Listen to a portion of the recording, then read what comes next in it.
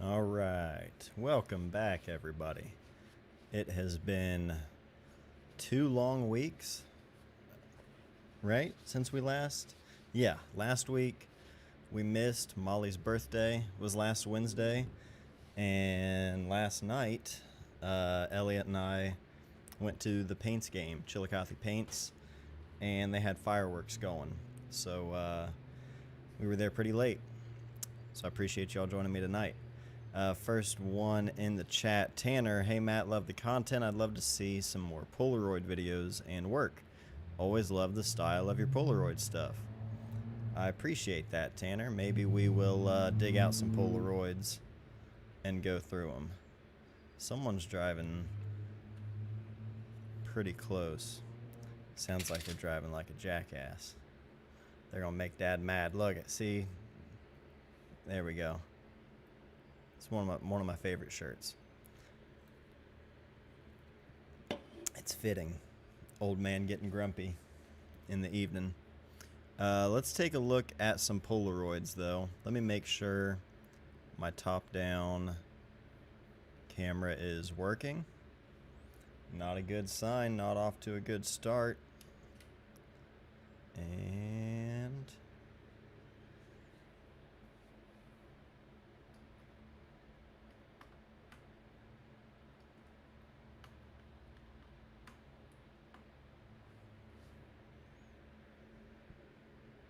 nothing? Alright, I'm going to have to swap it out with the Z8 then.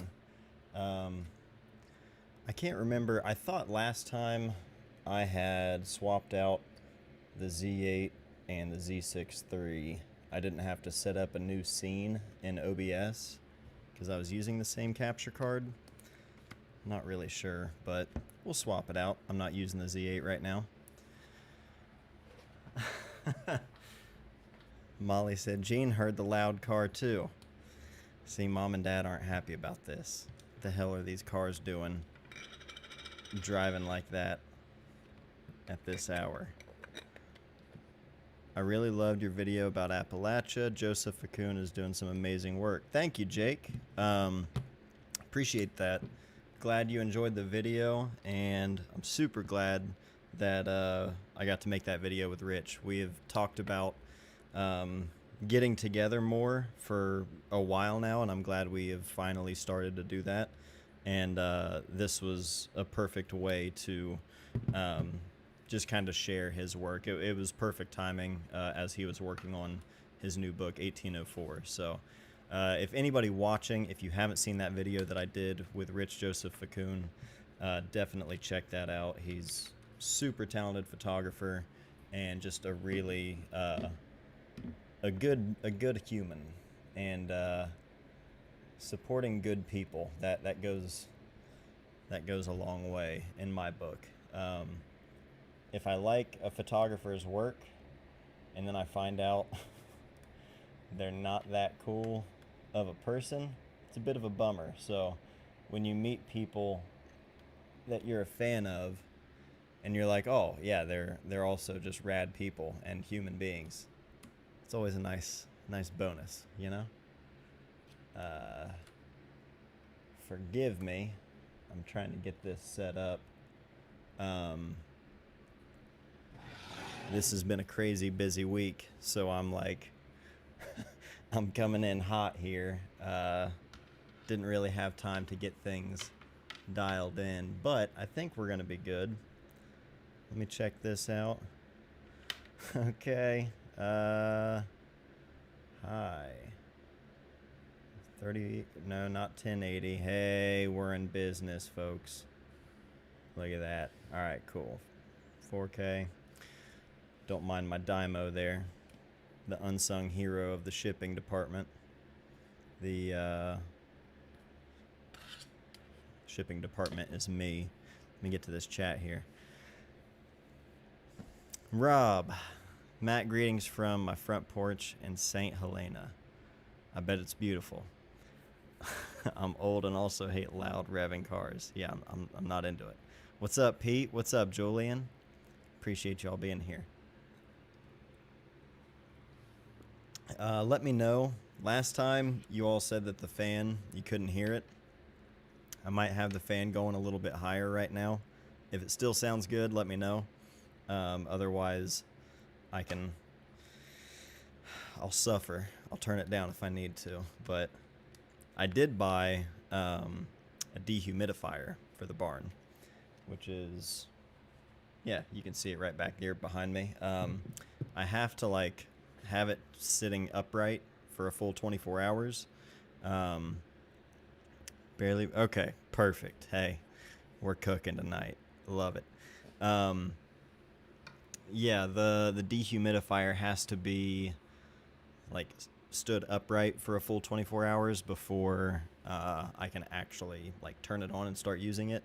So it's been in the back of the truck bed all day, and so I just brought it in. I haven't turned it on yet. I don't know how loud it's going to be, but that is going to happen because with the humidity over the last couple of weeks, I was starting to get a little sketched out with the books being out here, the equipment being out here.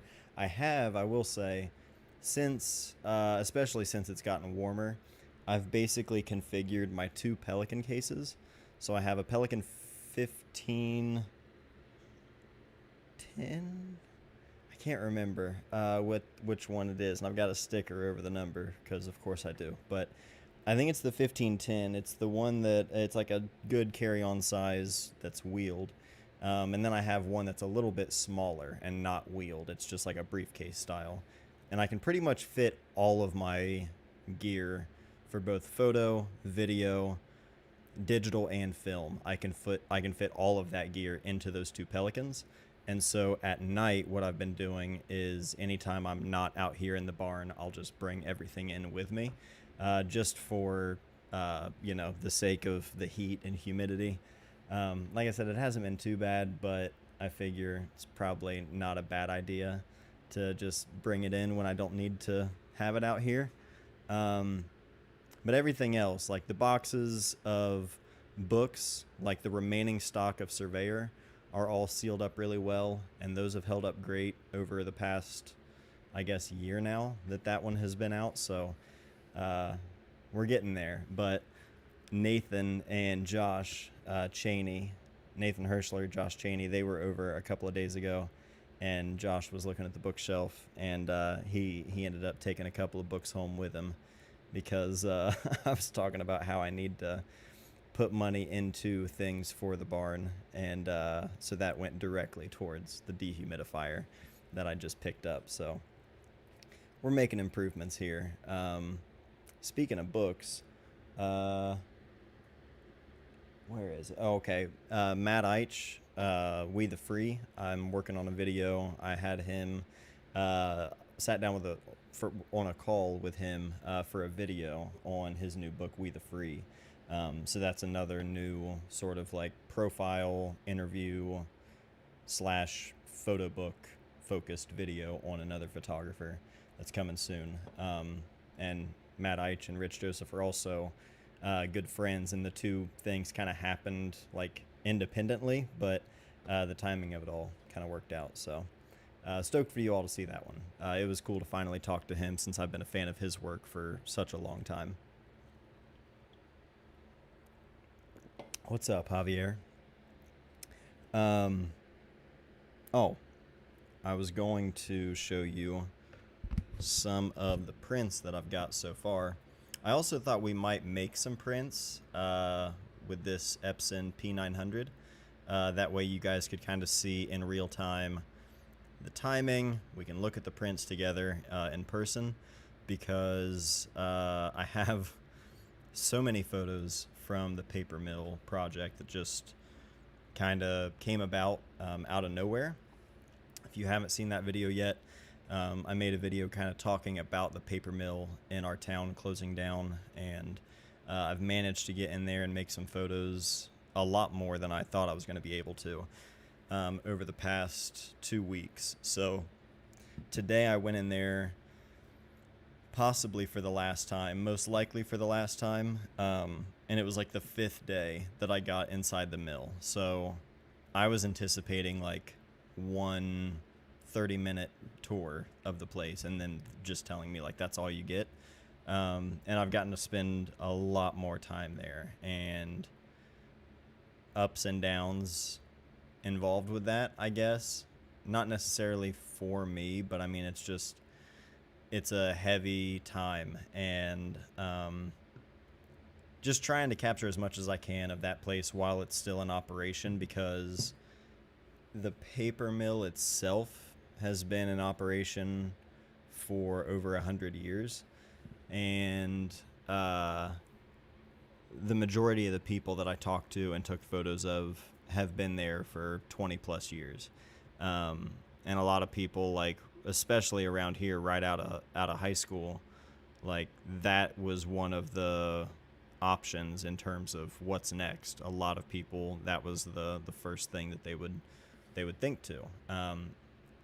It's not the same today with like today's generation coming right out of high school. I was talking to a couple of the guys today about that, and just how different it looks. The guy I was talking to today started in 1991, and just such a different experience there compared to what he has now. And he was a machinist, and we were in the machine shop, and he was just talking about all of his experiences there. And he was like, this used to be like a room full of 8 or 9 other people here, and we were all working on things.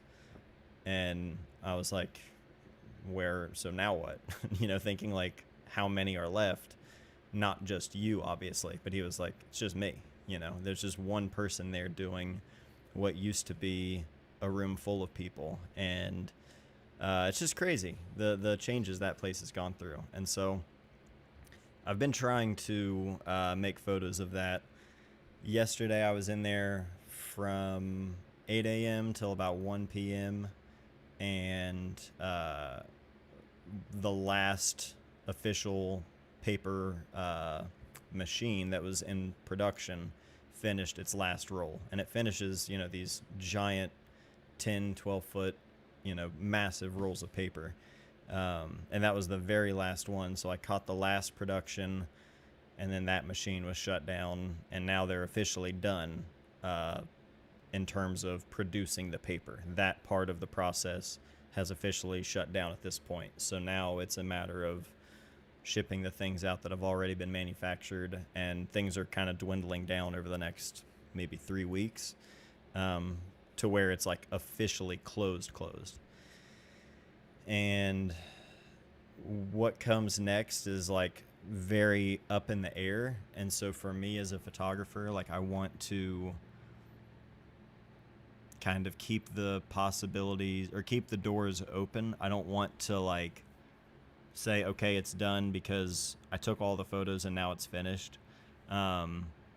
I mean, we have no idea. There could be a miracle and something happens where there's a buyer, or if it shuts down and then reopens after a period of time.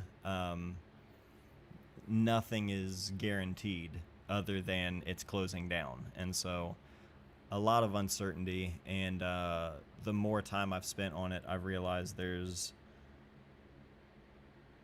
things that you can continue to explore. I do want to put together like a small zine for at the very least, like not that you couldn't get it online, but I want to make something that's relatively simple and affordable and immediately available to the local community. So I'm going to try and meet with someone tomorrow in town, someone local that does printing, and see what they offer in terms of making small zines, small books. This was something I didn't know that they did offer. They don't really advertise for it, but they reached out when I started kind of sharing some of the photos locally with some of the groups about the project. So I'm going to try to figure that out tomorrow.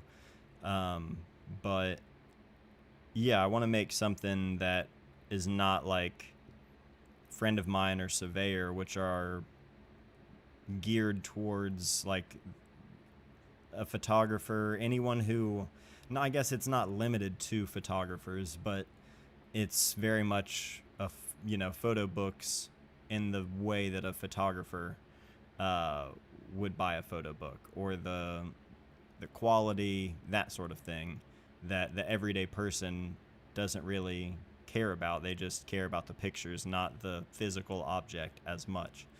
And these pictures are for like the everyday people that make up the paper mill, and the people who have memories with it. It's not necessarily pictures for I guess the same demographic maybe. And so I just want to make something that is first and foremost just like as affordable and accessible to as many people as possible, as well as just like giving copies to anyone who is currently working at the paper mill, and like bringing in prints, or trying to figure out a way to get prints to as many people as possible.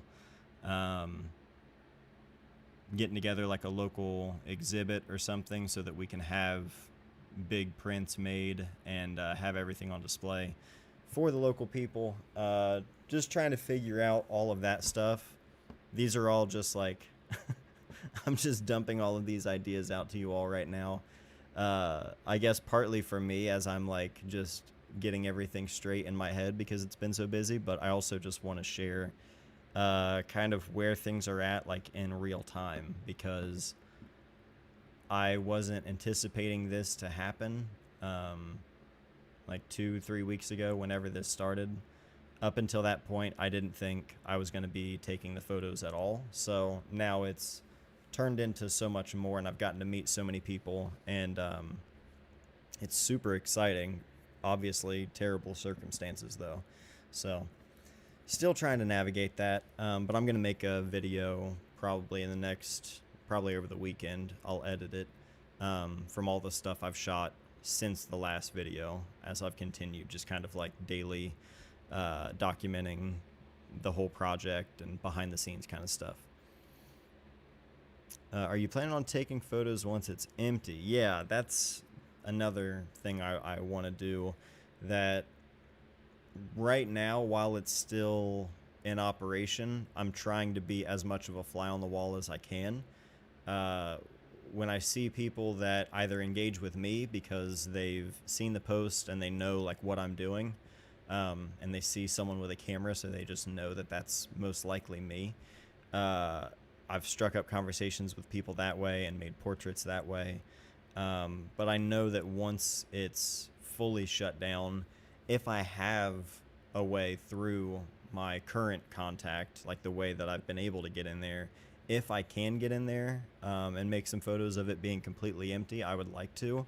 However, I'll be honest, like I've already got a lot of photos of the mill that are empty. Like it's unbelievable how big that place really is. And yeah, I mean there are a lot of people in the photos as it is, but there are also plenty of photos of just nothing, no sign of people, and no like recent record of people. I was in an office today that looked like someone shut the door and it wasn't open since they walked out, and like they had just cleared the office, shut the door, because all that was in there was like a desk, a couple filing cabinets, and a calendar that was on the wall. And the date, I couldn't see it because it was so curled and like warped over like a wilted flower or something. And when I like rolled it up and looked, it said 2003. So that's I'm sure the last time it was actually a functional office space. But I've gotten to see and learn a ton through the process, and meet a lot of people that I think I can continue kind of following that thread after things close down, because that's like just as much a part of the whole thing is what comes next for so many people. So we'll see. What's your favorite holiday to shoot photos? I mean, usually on a holiday, if I'm shooting photos, it's just like me and the family, so probably Halloween, because Elliot will be like even more into it because of whatever costume he's got. So yeah, I'll go with Halloween. Maybe sell them locally and proceeds go to a fund or something for the workers' families. That's a good idea, Pete. I'm sure there's going to be some sort of, which actually there kind of already are, some initiatives, at least with like the local, what company was it?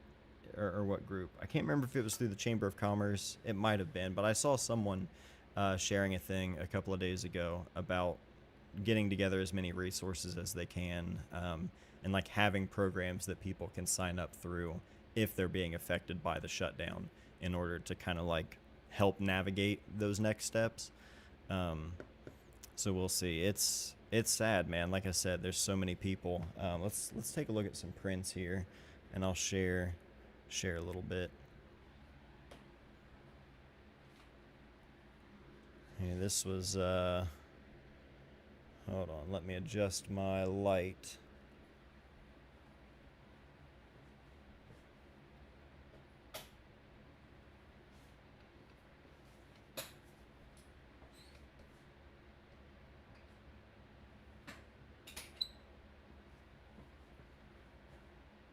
A little better? Yeah, it's a little better.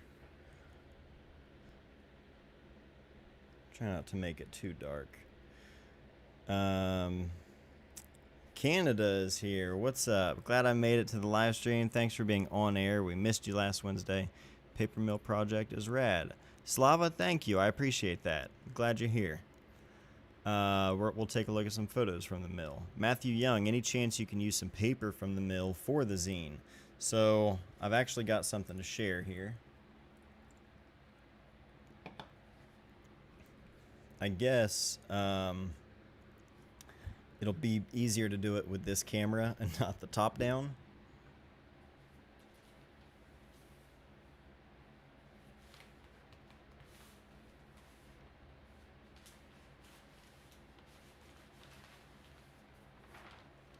So this, you can see it's folded over quite a few times there, roughly maybe 3 feet ish by 12 probably. It's not photographic paper. It's like typically what they primarily make is all like copy paper. However, that's not going to stop me from trying. So I have a ton here. This is taken from the very last roll of paper that they produced on Wednesday. God. They had the shutdown of the number 10 machine, which is what this came off of. So after it was done, all of the workers that were there that both worked on the machine for the last run and just employees who came up to witness the last run, everybody went up and kind of took a big strip to take home with themselves just as a personal souvenir. And so they offered to let me take this home and just experiment with it and try something. So there is a lot. It's not made, like I said, for printing, but I'm going to try to cut things down to size somewhat, like an 8.5 by 11 sheet. Try a couple of those through the Epson. Might not work at all, but it's at the very least worth trying. And if that doesn't work, then I'm going to try...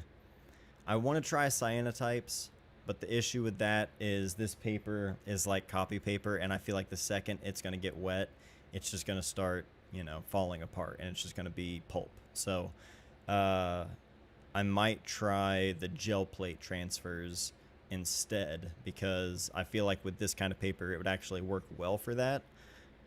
It's just going to be a very, very rough interpretation of what an actual print would be. So I don't know. We'll see.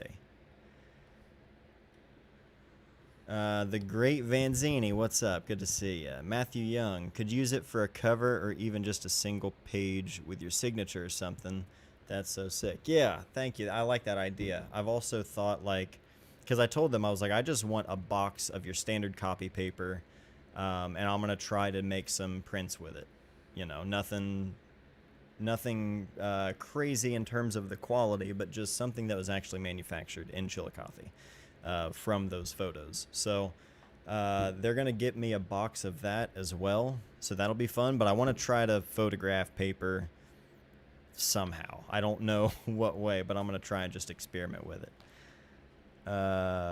Oh, Kevin, what's up, brother? You could rip that down into one-off covers for the zine too. Good looking out, actually. That's a good idea, because that's what I thought was, I want to make something that's like as widely accessible to as many people as possible as I can.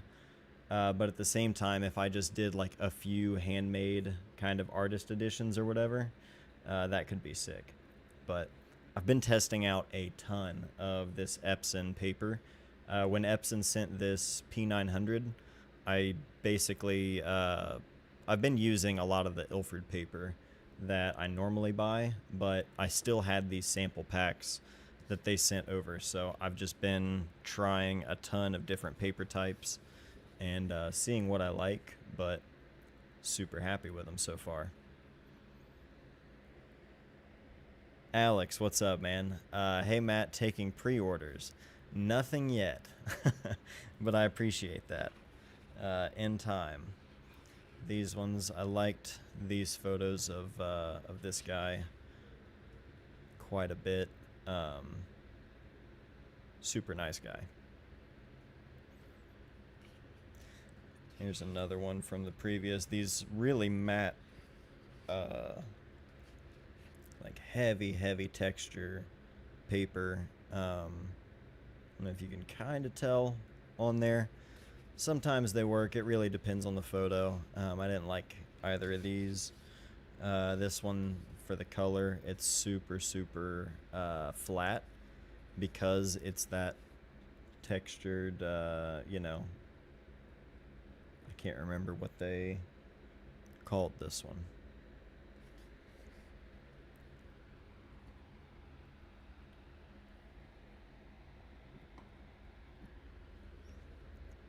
Yeah, Greg, I like that. It says, or you could cut small sections of that paper and include that in the zine.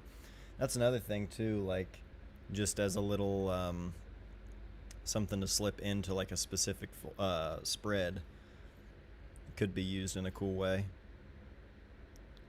Dropping a piece of the paper in with like the place of the photo of the actual roll that it came from, because I photographed that roll that this paper came off of. I have photos of it going through the actual process and then all finished on the final roll, so it's not a bad idea. Yeah, Kevin, I get, that's the thing for some, like for color especially, I want it to have that punch. Some black and white, I don't mind a light contrast, but like this is a stronger one. This is their, pretty sure this is Exhibition Fiber. Pretty sure is what this one is, but I like it a lot. This is another one of my favorites. Dude's got a whole computer lab to himself, communicating back and forth to himself on everything. And I've also been going back and forth on color versus black and white. Like, I sent Kevin, I think it was one of the, from number 12, from that machine.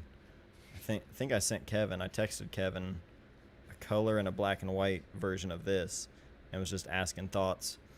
And I think I've always been particular about like all or nothing. It's either all color or all black and white. We're not going to mix the two. We don't do that here. That's like segregation. God, that sounded terrible.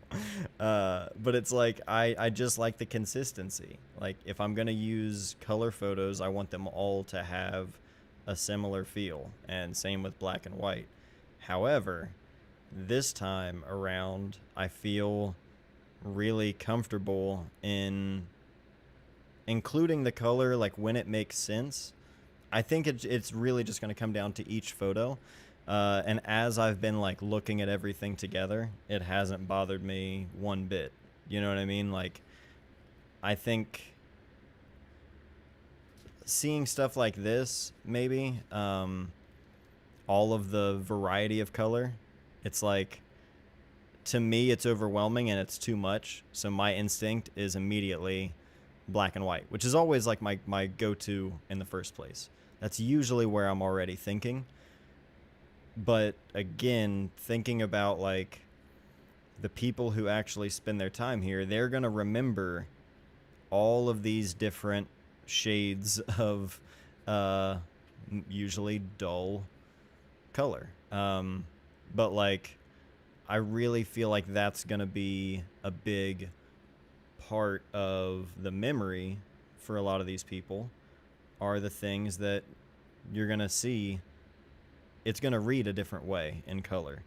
In fact, a lot of the photos that I felt like I was having a hard time with in terms of not just the edit, but in general, like whether or not I enjoyed it or whether it worked, I found that when I went to color, it ended up, and not all of them, but some of them, it worked in a different way. And I mean, for instance, the paper mill, like the red and white smokestack is such a distinct aspect of that place and everyone around here that when you eliminate the color, that does strip away part of it. So again, it's all like no hard stance one way or the other on this one. I've been going back and forth a lot. I also accidentally printed on the wrong side of this paper, so we've got that. I don't even know what you would want to call that. Looks awful. I don't like this paper for this photo, but I liked this photo. Just the way the light was hitting as we were walking through, he was just showing me to a different spot in the mill, and I liked this one right here. But did it feel weird being there for a sad event? Show this one here too. Shout out to Rich.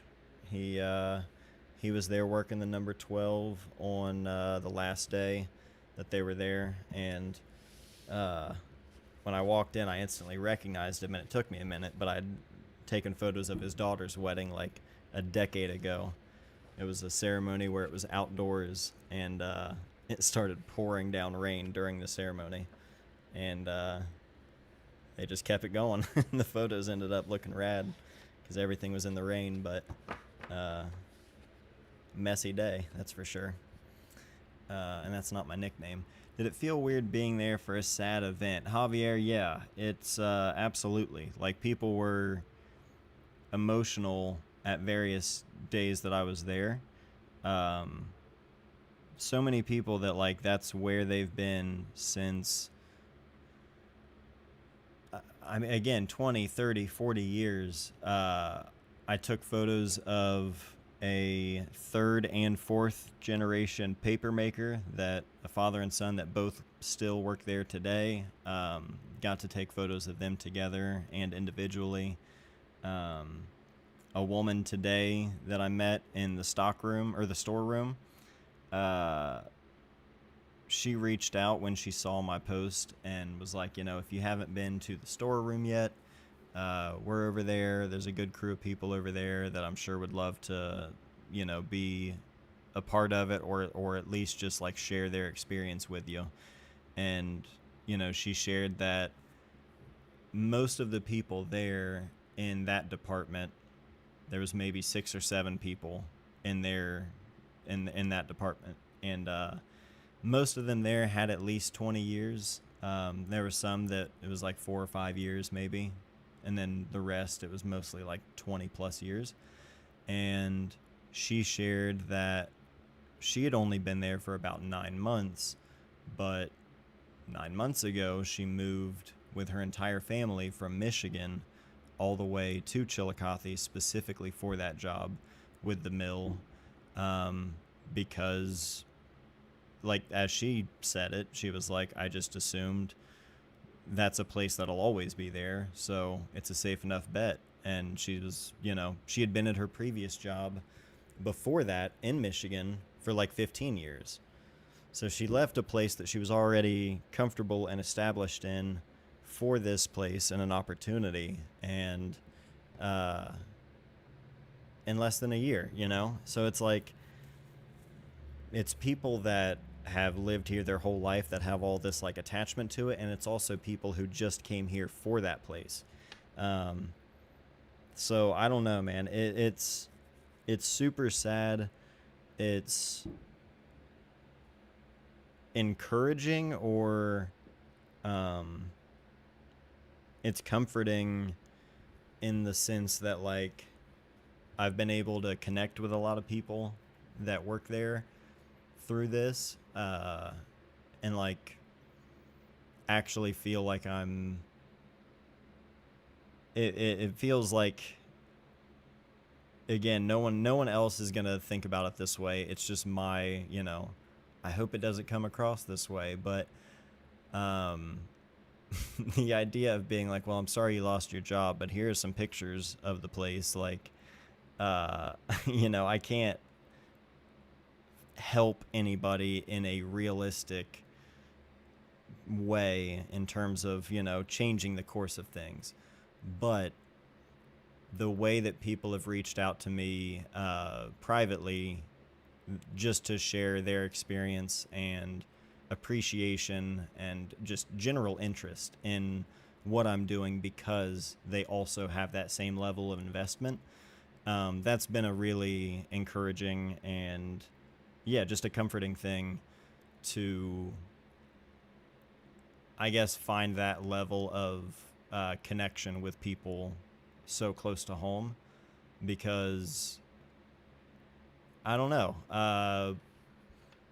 Obviously, I love it here, but most of the connection, especially through photography, that I have, especially since I stopped doing like weddings and stuff like that full time, most of that fulfillment, or not fulfillment, but connection with people, which kind of is the fulfillment, happens through like this space and people that are not in my immediate community. And so, yeah, it's been a mixed bag. It's been great. It's also been just an emotional experience for a lot of people. And so trying to be respectful of that and to honor that, I guess, with the photos is ultimately the goal. But yeah, I don't know. It's one of those things that, again, I wasn't expecting. And so with everything happening just like pretty quickly out of nowhere, it's gotten me very inspired for work moving forward, I guess.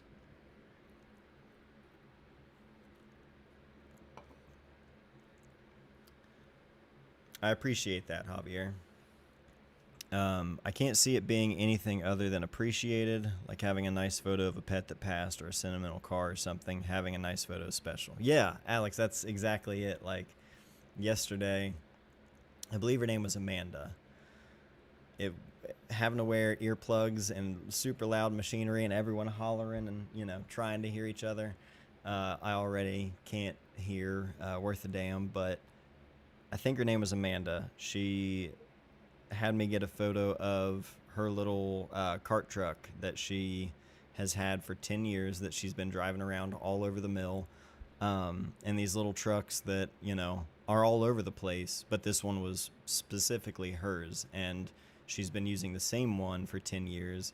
She's kept it running herself. Any of the maintenance or like things that broke that needed fixed, she was like, I've done everything I can. This is my baby. Like everyone else, they just bounce around from cart to cart. You know what I mean? That they're just using them wherever, whichever one's handy.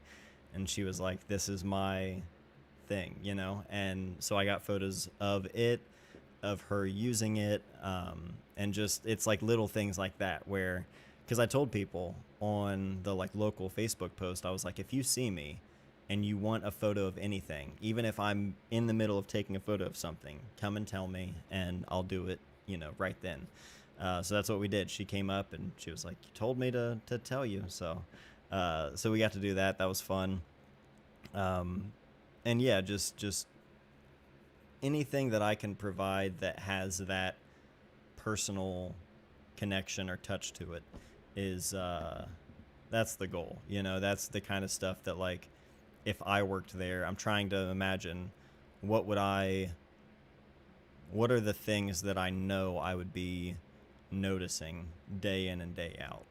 Sometimes even just the stuff that's like kind of in the peripheral. It's like that's the stuff that you're subconsciously taking in as like your familiar environment. You know what I mean? And so trying to put myself in those shoes has been a interesting kind of exercise. Matthew Young, are you still accepting zines? Yes. Me and some buddies are almost done with ours from out west and would love to send you a copy. Absolutely, man. You can send it to P.O. Box 2006. I will put this in the chat right now, actually, just so it's there. And that's Chillicothe, Ohio, 45601. 45601, I should say. Also, if you heard that burp, I apologize. I was trying to hold that one in and it slipped. Pause. 916. Have you done anything similar to this before as a photographer? It's like a photojournalistic gig as much as photo-based by the sound of it. Yeah, for sure. So no, to answer your question, no, nothing that I've been assigned to or worked for. I mean, I've done jobs where I'm a fly on the wall documenting things, whether it be weddings, events, corporate events, corporate gigs, manufacturing, like behind the scenes documentation. I've photographed a ton of different factories and plants, actually, like all over Ohio. Back in, I want to say 2014 and 2015, because I believe Nora was a baby. So it was probably 2015 mostly, because I think she was born around the time that I was doing that job. But I was going all over Ohio to different places for the Appalachian Partnership for Economic Growth. It was a company, APEG is what they called it. It was based out of Nelsonville. Might still be around. But basically their whole goal was just to show what kind of manufacturing and economic jobs, what kind of economic growth there was in Appalachia, what our region had to offer in terms of manufacturing, in terms of just jobs in general. And so I went to a lot of different places, everything from like where they make the buns for the Wendy's restaurants, places that made roof tiles or clothing, or I went to the Soul Choice Mitchell A. Shoelace Factory down in Portsmouth, which I photographed in the recent Portsmouth video. I was there like just to take photos, and I ran into my cousin Randy, who's worked there. He's still working there, and I hadn't seen him in probably 10 plus years, and I just saw a guy walking up the stairs past me, and we did a "hey, how you doing" kind of thing, and we kept walking, and I was talking to the person giving me the tour, and we got like 10 feet past, and I stopped, and I was like, "I'm sorry, was that Randy Day?" He was like, "Yeah, you know him?" I was like, "Yeah, it's my cousin."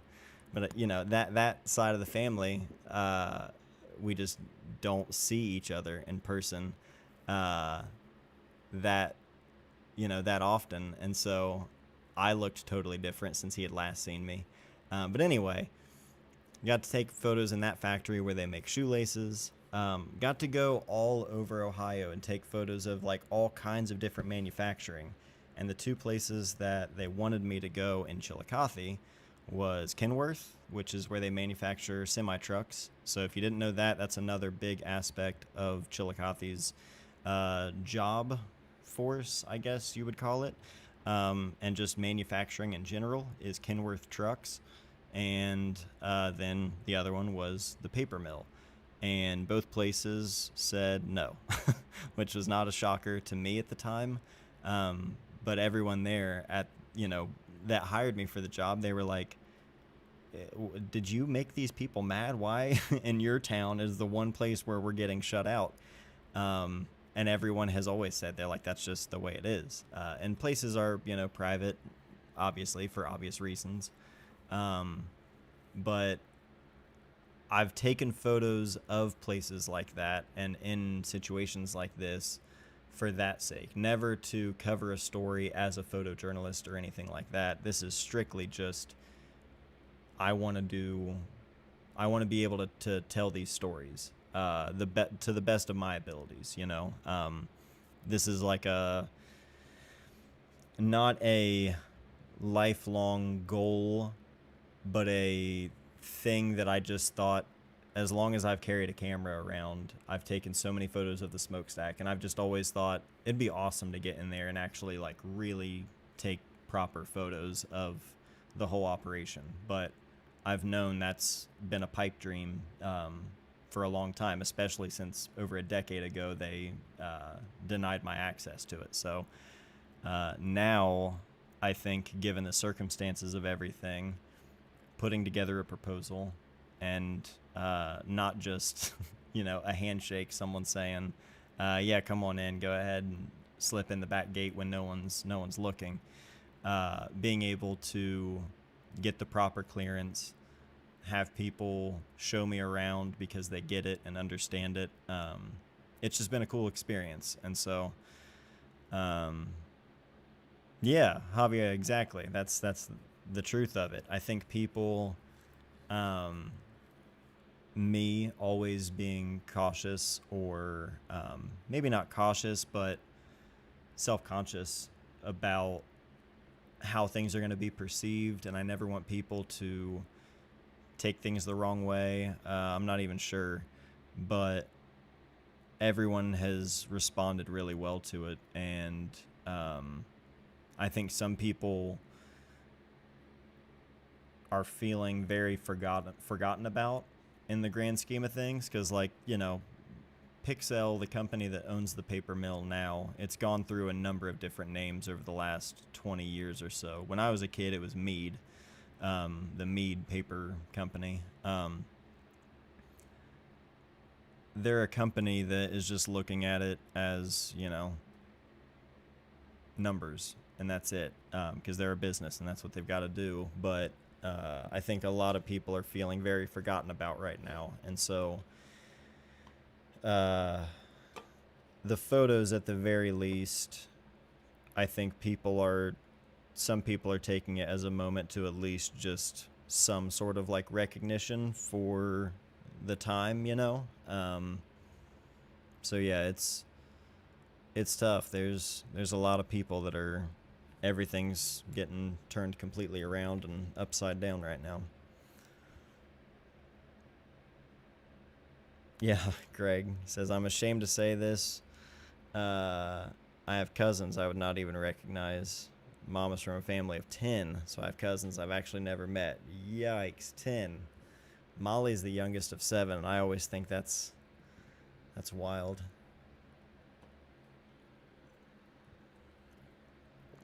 Yeah. Ian Chandler, in a lot of ways right now, feels like a Rust Belt situation is happening again. It's going to be really, really interesting to see how this affects everything moving forward around this area. Seeing places like Portsmouth, when places shut down in towns like that, seeing the effect it had, I don't know. It's just, I'm hopeful for Chillicothe, but it's a very big loss. Mountain Mags, new to film, can you change your ISO by adding an ND filter? Example, if I have 400 speed and use an ND4, then treat the film as 100 and meter for 100? Yeah, absolutely. You can do that with any film, just, whatever your ND is changing your speed to and you're metering for that, then yeah, you're good to go. Same thing. It's not really changing your ISO. Or wait, hold on a minute. You're saying You use an ND 400.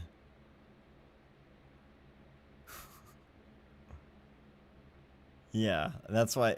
Okay, Kevin says ND4 would be ISO 25. That's why I was like, wait, ND4. Um, essentially, you just want to expose. You're just exposing correctly for whatever your meter is reading with that ND factor applied. I don't ND4, yeah, because if you're doing 4 stops, you're going from 400 to 200. That's 1. Then 1 or 200 to 100. That's 2. 100 to 50. That's 3, and then 50 to 25, and that's your 4 stop.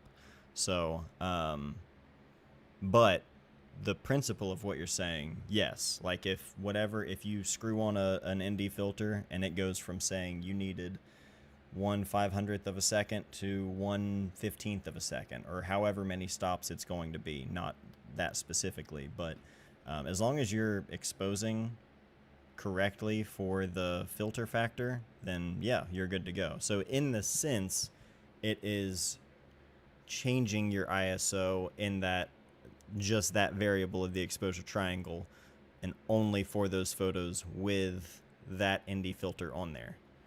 I'm sure I'm assuming you already know that, but I have to say that because things get lost in, this kind of communication. So let me know if that makes sense.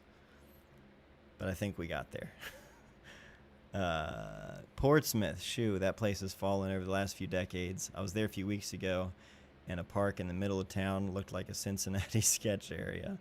There are definitely areas of Portsmouth that are still feeling it. They've done a lot in some areas, but like any town, especially a town that's gone through hard times like that, you'll definitely see it.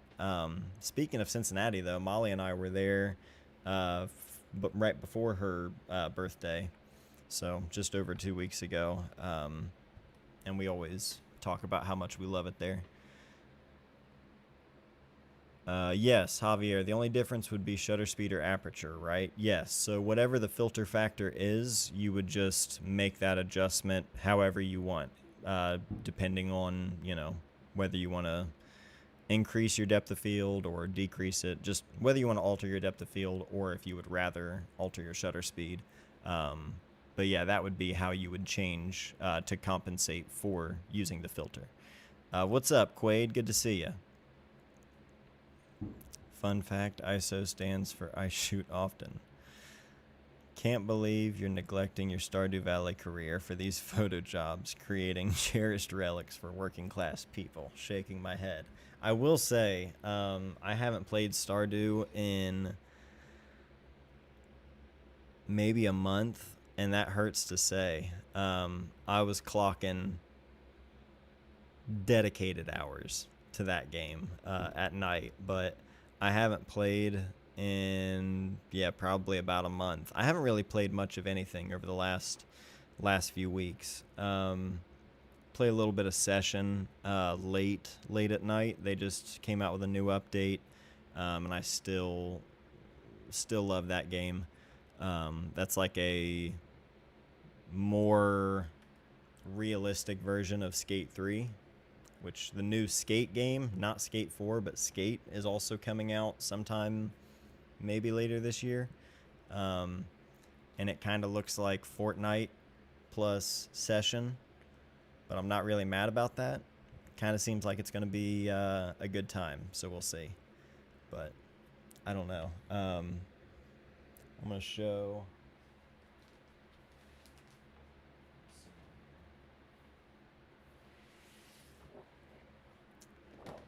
if you guys, well, you can definitely see it there. There we go. Made this one for my friend Ben, who was showing me around the mill. He mentioned that this was his particular favorite vantage point of the stack from like the back of the mill. So from an angle I'd never seen it before, so I made this one. But this is on 17 by 22 paper from Epson, and no test print or anything before. I just let it rip at the full size, and I'm super happy with this paper and the printer, honestly. It's been, oh yeah.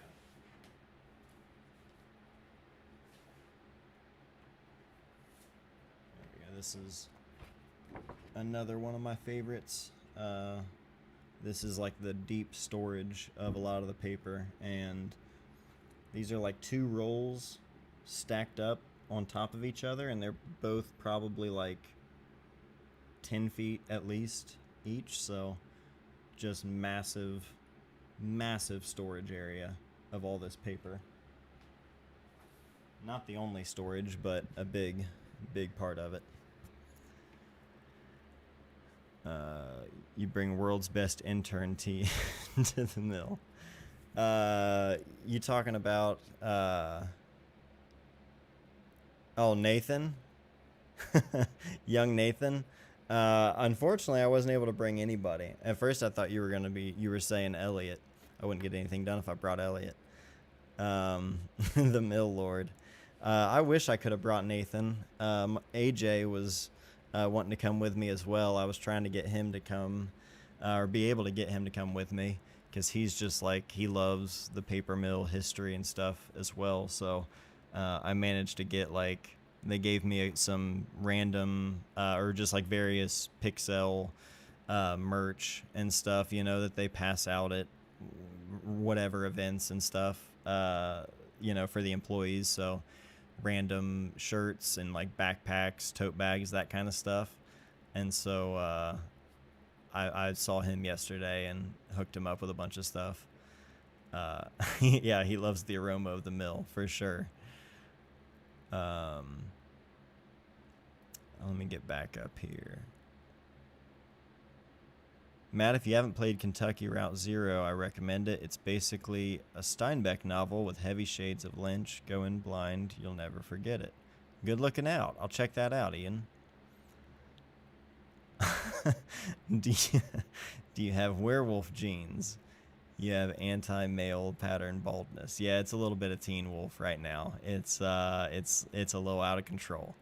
As soon as I have time, I'm gonna get it trimmed up maybe and thinned out a little bit, because it's real thick.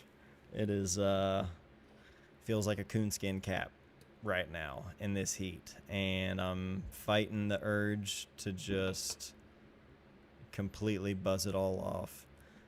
Fighting that urge every day. Forrest and Elliot got haircuts and got their head buzzed like a week ago, and I was pretty jealous. I just kept going up to them and just doing that over and over, and I was like, yeah, that's what I miss, being able to just wake up, don't have to mess with it, no nothing. Ian, the photo of the rolls is like a church congregation. Yeah, without a doubt. I totally get that. It was like the sanctuary, an altar. Those rolls of paper used to make the magazines that used to hire some of us. That's true. In fact, I haven't seen it. They told me that there is a room somewhere upstairs in one of the buildings where it's essentially a library of publications that came from paper that was printed at the mill. There was at some period of time, I don't know if it was like one of the books specifically, like when it was coming out, or if it was several of them, I don't know. But I know a good chunk of Harry Potter books were printed there, or the paper, you know, was printed or made. Geez, the paper was made and then printed on at whatever place, you know, that did the actual printing. But at one point, I know that Chilpeco used to have a printing like section of their business and did do some of the printing. So they did like magazine papers and pamphlets, brochures, like that kind of finish, I guess. And then obviously like novels, yearbooks. I think they mentioned they did a good amount of yearbooks, so a lot of different stuff. Yeah. Oh, bleep bleep, Ohio. Find a way to print photos on paper from the mill. So if you missed it,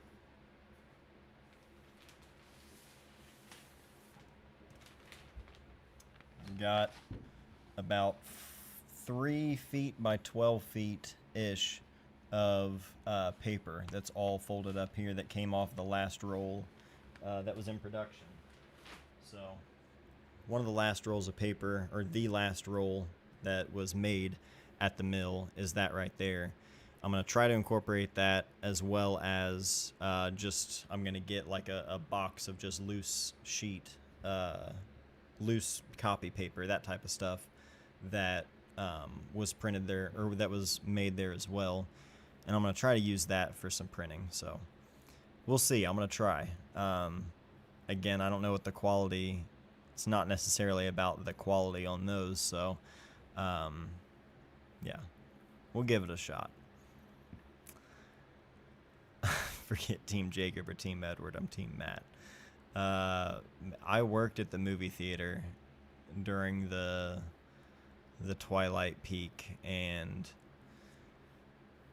woof. That also wasn't a Team Jacob joke either, but yeah. Don't do it. I cut mine right when it was getting to a good length. I'm now in recovery trying to grow it back out. That's the thing. I look at pictures from just a year ago, and my hair was pretty short just a year ago. Like, at least on the sides, it was down to like 1/16 of an inch. My hair grows really fast, and I know at some point, someday, it's gonna stop doing that. But my dad had a full head of hair still when he passed, and he was 79, and my brother has about the same head of hair that I have, and he's 4 years older. So I think I got lucky somehow. That's about it, though. I'm 5'9". I don't have, my brother's 6'5". You know, he was the athletic, gifted one in that way. I was always the short and scrawny kid, so at the very least, if I get to keep my hair, I'll be happy.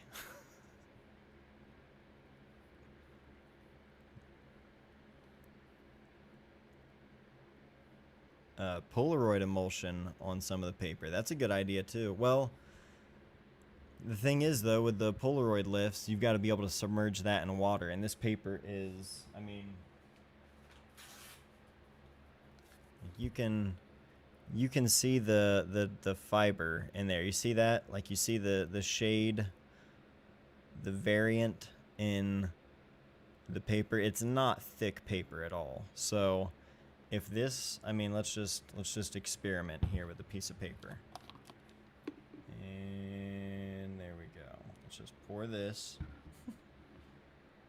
Let's just do that.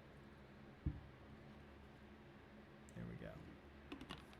Let's just see how this goes. Paper just got wet, and yeah, that's gonna fall apart in the water for sure. I mean, like, just the slightest. Yeah, if this paper gets wet, it's gonna fall apart. So emulsion lift, I think, no go.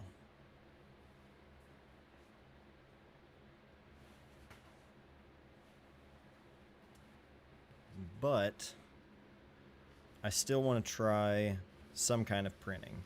I don't know what it would do if I tried to run it through the Epson, but I am going to try that at the very least. I know it would run just fine through my brother inkjet, or no, toner printer. So that one, if I wanted to make like a little small single sheet folded up zine, like a tiny little pocket zine, that could be an option just for some something fun. Again, just for like a few handmade options. I don't know. I want to try a few things. We'll see. But that's going to be it for this stream, though, guys. I've been up and at it since early this morning, and I am beat. Would you ever be willing to do fake emulsion lifts, like a scan warped in Photoshop? Ooh. I mean, I wouldn't make it look like an emulsion lift. I don't have anything against like scanning a Polaroid and then using that, manipulating it in some kind of like, or just using it as a digital asset. You know what I mean? Whether it be just printing it itself, like making a print of it, or taking just the image and cutting that out. But I wouldn't try to make it look like an emulsion lift. I would just do an emulsion lift instead, because faking that is whack, in my opinion. Manipulating things, it's not that, but if I were to try and make it look like an emulsion lift and like pass it off as if it really was, that I wouldn't be cool with. But like cutting up a Polaroid and manipulating it digitally, instead of cutting up the real one-of-one physical thing, yeah, I totally get that, because you know, you only get one. So I don't know. I mean, those are my like just off the cuff thoughts on it, I guess. Yeah, but also who gives a shit what I think? So I don't know. Have fun with it. But yeah, that's how I feel about it. Appreciate y'all being here. Kevin, Ian, Spidered it all. Sorry you just got here. Hope all are well. Well, we're wrapping up now, but I appreciate you being here. Thank you. Thank you, Tim. Good to see you. Benji, Javier. Appreciate all of you. Great Vanzini. Yeah, thank you all for being here on the stream tonight. I appreciate you joining me, especially since we made up from last night. I'm kind of wondering, and actually you all can let me know in the comments of this video, in the chat, are Wednesday nights preferred? Are Thursday nights also an option? Does it really make that much of a difference if it's going to be a weekday regardless? Yeah, I don't know. Just let me know. Some nights, or sometimes I think Thursdays might be better for me, but it really depends on whether or not you guys are going to be around. Because if not, I'll just keep it going this way. But either way, appreciate you all. Love you. And I'll see you guys next week.